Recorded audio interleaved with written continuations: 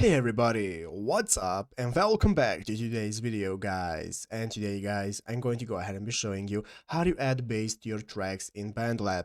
This is a very simple thing to do guys, so make sure to watch this quick and easy video till the very end and follow my steps correctly so you can make sure this works the same for you and that you can do this yourself.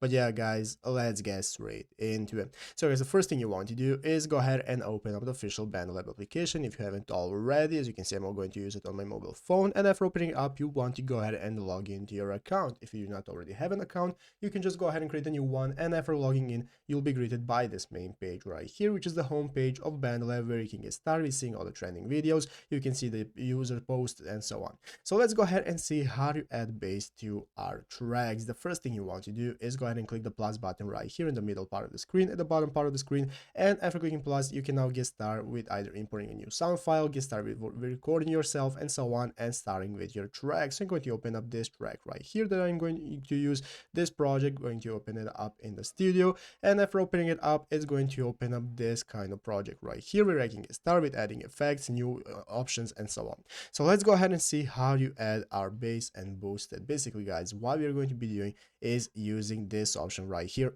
called FX. So as you can see, next to the name of the track is going to be the FX option. So what you want to do is click on FX guys, and after selecting FX, now we can get started with adding our FX options. And basically, as you can see here, we have FX options that we can go ahead and get started with using. Here we can go ahead and record our voice and so on. What you want to do, as you can see, after opening up FX, is go ahead and select the option you want to use, and you want to go ahead and browse the options right here that you have. And as you can see, one of them is called the bass boost. So as you can see, under enhanced is the bass boost option. You want to go ahead and open up bass boost or bass double or whatever you want, and after adding that, it's going to go ahead and add the bass to your track.